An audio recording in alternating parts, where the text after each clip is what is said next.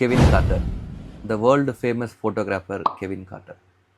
Photograph மட்டுமே தன்னோட ப்ரொஃபஷ்னலாக வச்சு அதே ப்ரொஃபஷ்னால் தன்னுடைய உயிரே போன கெவின் கார்ட்டர் 1993 சுடானில் வறுமையின் உச்சக்கட்டம்னு சொல்லக்கூடிய அந்த காலத்தில் ஒரு சாக கிடக்கிற ஒரு குழந்தையும் அது பக்கத்தில் அது எப்போ விழுங்கலான்ற ஒரு கழுகம் தான் இவர் எடுத்த ஃபோட்டோகிராஃப்லேயே ஒரு ஹைலைட்னு சொல்லலாம்.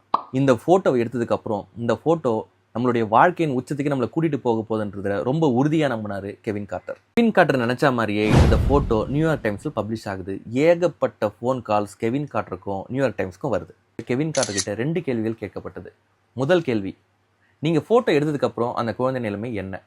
அதற்கு கெவின் கார்ட்டர் அளித்த பதில், நான் அந்த ஃபோட்டோ எடுத்ததுக்கப்புறம் உடனடியாக அங்கே நான் கிளம்பிட்டேன். 2வது கேள்வி என்னன்னா, நீங்கள் அந்த ஃபோட்டோவில் எத்தனை கழுகு பார்த்தீங்கன்னு கேட்டாங்க. இவர் ஒரு கழுகு தான் சொன்னார். ஆனால் அந்த இன்டர்வியூவர் என்ன சொன்னார்னா, ஒரு கழுகு பக்கத்தில் இருக்குது, இன்னொரு கழுகு கையில் கேமரா இருக்குன்னு சொல்லி முடிச்சார். கார்ட்டர் நினச்ச மாதிரியே அவருக்கு வேர்ல்டு பெஸ்ட் ஃபோட்டோகிராஃபி அவார்ட் கிடைச்சிது. ஆனால் கெவின் கார்ட்டர் 4 மாதத்தில் சூசைட் பண்ணி இறந்து போகிறாரு. ஏன்னா அந்த இன்டர்வியூ கேட்ட கேள்வி. உலகமே அவங்களுடைய ப்ரொஃபஷனை நோக்கி தான் ஓடிக்கிட்டு இருக்கு. ஓடும்போது மனித நேயத்தையும் எடுத்துகிட்டு ஓடுங்க. பிரபாகரன்.